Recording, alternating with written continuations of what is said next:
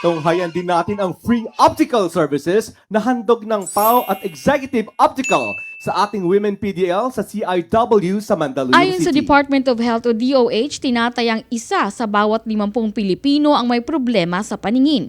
Kaya naman sinisikap ng ating Hepe PAO Chief Persida Rueda Acosta sa pamamagitan ng programang PAO Legal, Medical, Dental, Optical, Jail Visitation, and Decongestion Program na matulungan ang ating mga kababayang persons deprived of liberty o PDLs na mapangalagaan o mapatingnan sa mga eksperto ang kanilang mga paningin, lalo pa at hindi naman sila nakakalabas para magpa-eye check-up. Katunayan sa muling pagbabalik ng PAO Legal and Medical Team sa Correctional Institution for Women o CIW ay katuwang pa rin nila ang Executive Optical o EO, isa sa mga private partners ng PAO. Tinukoy naman ni Doc Joseph ang ilan sa mga kadahilanan kung bakit mabilis ang pagtaas ng bilang ng mga kabataang nagkakaroon ng problema sa mata. Karaniwan po talaga ngayon or malaki ang rate ng pagtaas ng grado ng mga kabataan. Siguro isang nagiging dahilan dahil digital age na tayo ngayon. So, dahil sa mga gadget na ginagamit natin, less na yung mga activities na ginagawa natin outdoor. So, yun po yung nag-isa sa nakikita nating cause ng mabilis na pagtaas ng grado. Sa lifestyle na rin talaga natin po. Nabanggit din ni Doc Joseph ang isa sa mga dahilan kung bakit naman mabilis lumabo ang paningin ng ating women PDLs at kung bakit mahalaga pa rin na mapangalagaan ito.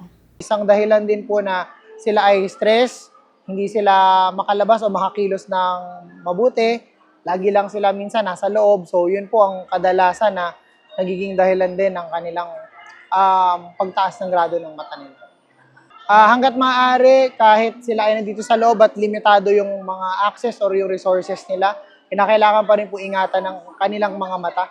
Huwag po nga abusuhin kasi pwedeng ito yung pagsisihan nila pagdating ng panahon.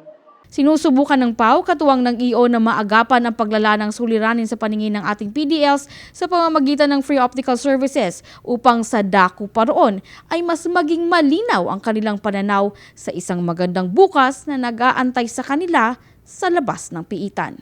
Para sa #PalaNews, ako si Geraldine Ranyes, Persida Acosta, tagapagtanggol ng masa, katarungan, laban sa kahirapan. Persida Acosta, abogado ng masa.